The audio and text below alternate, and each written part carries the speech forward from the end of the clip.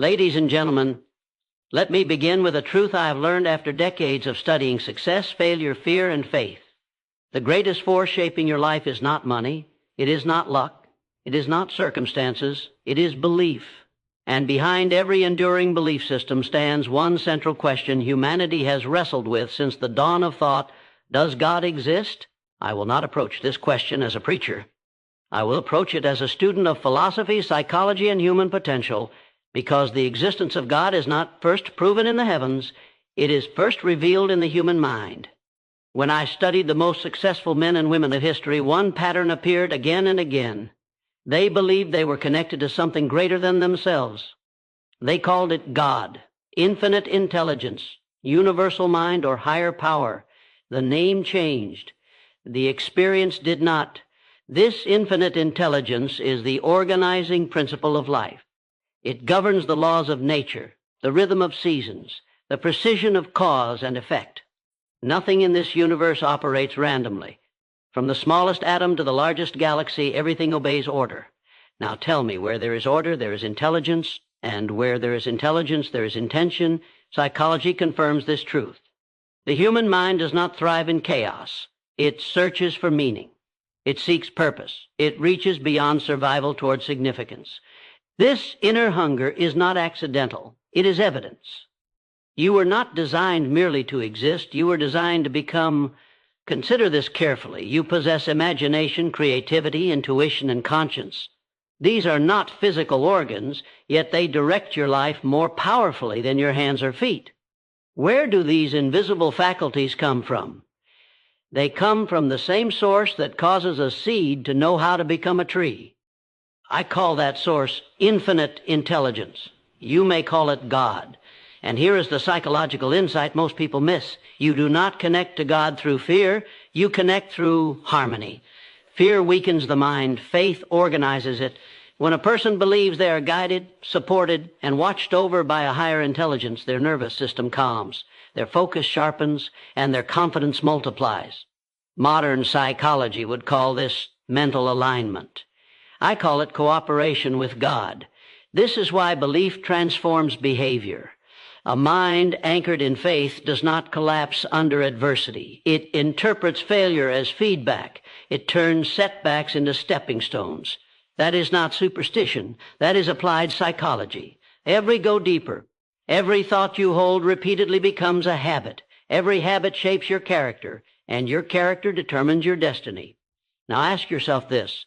What kind of destiny is shaped by a mind that believes life has no higher order, no moral intelligence, no guiding principle? Such a mind drifts. And drifting, as I have taught, is the most dangerous condition of all. But a mind that believes in God or infinite intelligence does something extraordinary. It assumes responsibility. It disciplines itself. It aligns its desires with values larger than pleasure and comfort. That alignment is power. This is why prayer, when properly understood, works. Not because words magically change reality, but because focused thought changes the thinker. Prayer organizes the mind. Faith concentrates intention. Belief mobilizes action, and action guided by belief creates results. Now let me say something bold. The strongest evidence of God is not found in arguments. It is found in transformation. When a fearful man becomes courageous, when a bitter soul becomes forgiving, when a broken life becomes purposeful. Psychology can explain how this happens. Philosophy can explain why it matters, but only God explains why it is possible at all. You are not a body trying to have a spiritual experience. You are a spiritual being learning how to use a body and a mind. Once you grasp this, life changes. You stop asking, is God real? And you start asking, am I aligned? Because alignment produces peace. Alignment produces clarity. Alignment produces success that does not rot from the inside. I will leave you with this thought. If there were no God, no infinite intelligence, no higher order, then belief itself would be meaningless. Yet belief is the most powerful force known to man. It builds nations, heals minds, and carries people through suffering without breaking them. A universe that produces belief must itself be intelligent. And that intelligence operating through you when you think, plan, dream, and persist is what I have spent my life studying. Call it God if you wish, but do not ignore it, because the moment you align your mind with that higher power, you stop living by chance and start living by design. And that, my friends, is the beginning of all true success. Every effect has a cause. Every outcome has a law behind it. Nothing meaningful happens without an organizing principle. This is not religion, this is reality. The human mind itself is proof. Your thoughts do not appear randomly.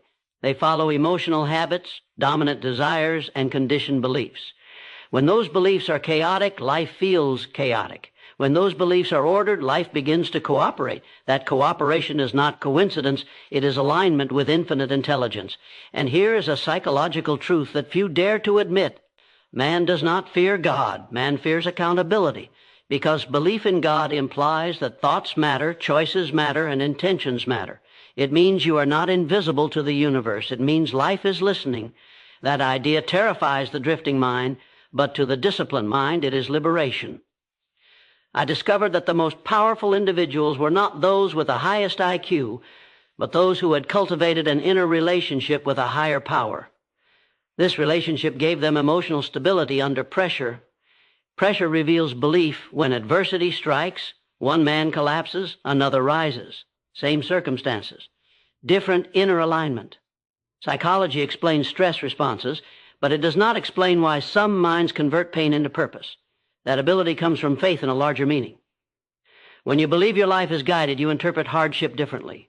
You ask, what is this shaping me into? Instead of, why is this happening to me? That single question changes your nervous system, your decisions, and your destiny. This is not blind faith. This is intelligent faith.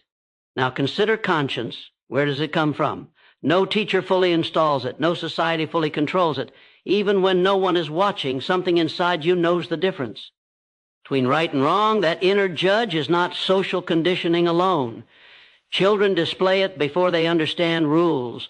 Criminals feel it even when they deny it. Philosophers have debated it for centuries. I call it the moral compass of infinite intelligence. Psychology calls it the superego. Philosophy calls it moral law. Faith calls it God, speaking softly. Different names, same source. Let me make this practical. When a man believes he is accountable to something higher than pleasure, he delays gratification. He plans long term. He resists impulse. These traits are the foundation of success. In other words, belief in God indirectly creates wealth, stability, leadership, and inner peace. That is why civilizations rooted in moral belief outlast those driven only by appetite. God is not only a spiritual concept. God is a stabilizing force in human psychology. Remove that force and desire runs wild. Ego dominates. Short-term thinking prevails. The result is internal collapse long before external failure. Here's another insight. Your intuition is not random. That quiet inner knowing that warns you, guides you, or nudges you toward opportunity does not come from logic alone. Logic analyzes the past. Intuition senses the future. Where does that information come from? From a mind connected to a greater field of intelligence. When you silence fear, ego, and noise, intuition becomes clearer. And the clearer it becomes, the more accurate your decisions are. This is why prayer, meditation, and reflection are powerful. They are not rituals. They are methods of tuning the mind. A tuned mind receives guidance. An untuned mind receives confusion. That guidance is what many call God. Let me address doubt. Doubt is not the enemy of faith. Blind certainty is a thinking mind questions. But a disciplined mind does not let doubt paralyze action. It uses doubt as a doorway to deeper understanding. God does not require you to stop thinking. God requires you to think clearly. Faith is not pretending you have all the answers. Faith is trusting that meaning exists even when answers are incomplete. That trust strengthens the mind. It reduces anxiety. It increases resilience. Modern psychology now confirms what ancient wisdom always knew. Belief heals. I will end this extension with one final observation. Every human being eventually asks 3 questions. Who am I? Why am I here? What happens if I fail? Those questions cannot be answered by success alone. Money distracts, but it does not answer. Power impresses, but it does not satisfy. Only a connection to something eternal gives peace to a temporary life. You do not need to see God to cooperate with God. You only need to align your thoughts, intentions, and actions with truth, discipline, and service. Do that, and life responds. That response is not luck. It is law. And that law, operating silently through every mind willing to listen, is the strongest evidence of God you will ever need.